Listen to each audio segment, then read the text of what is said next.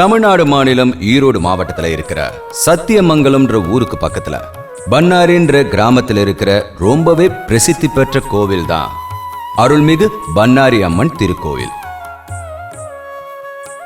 மேற்கு தொடர்ச்சி மலையில இருக்கிற ஒரு அழகான கிராமம் தான் பன்னாரி. பல்வேறு இடங்கள்ல, முக்கியமா தமிழ்நாட்டுல அதிகமான மக்களால வழிபடப்படுற மாரியம்மனோட கோவில் தான் இது. தாய் தெய்வமா தான் இந்த மாரியம்மனை வழிபடுறாங்க. மாரியம்மன்னா மழையின் கடவுள். இந்த தெய்வத்தோட பேருக்கு அதுதான் அர்த்தம். பார்வதி தேவி, துர்கா தேவி, காளி தேவி, அப்புறம் ஆதி பராசக்தியோட இன்னொரு அவதாரமா இந்த மாரியம்மனை கும்பிடுறாங்க.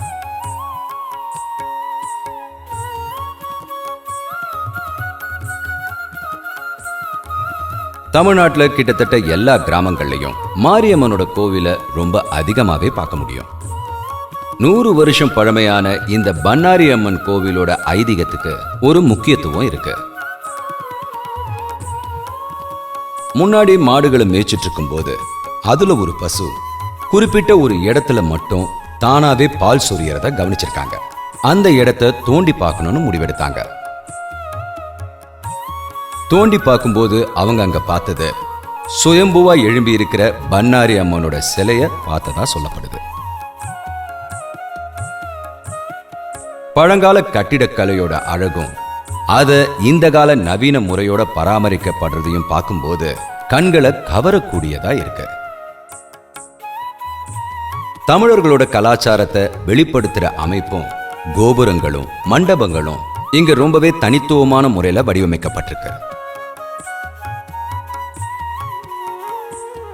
24 தூண்கள் அமைஞ்சிருக்கிற ஒரு மண்டபம் 1967 இங்க நிறுவப்பட்டிருக்கு. அதை ஒட்டியே அர்த்த மண்டபமும் மகா மண்டபமும் அமைஞ்சிருக்கு. கணபதி, பொம்மைராயன், மாதேஷ ஸ்வரூப மாரியம்மன், முனியப்பன் போன்ற தேவதைகளுக்கும் இங்க சன்னதிகள் அமைக்கப்பட்டிருக்கு.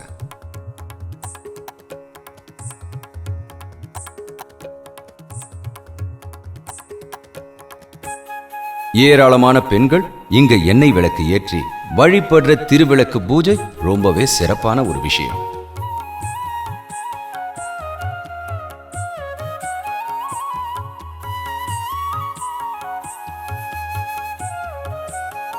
தமிழ்நாடு அப்புறம் கர்நாடகாவை சேர்ந்த உள்ளூர் பக்தர்கள் மட்டும் இல்ல, பல்வேறு இடங்கள்ல இருந்து நிறைய பக்தர்கள் வருகின்ற அற்புதமான ஒரு கோவில் தான் இந்த பன்னாரி அம்மன் கோவில்.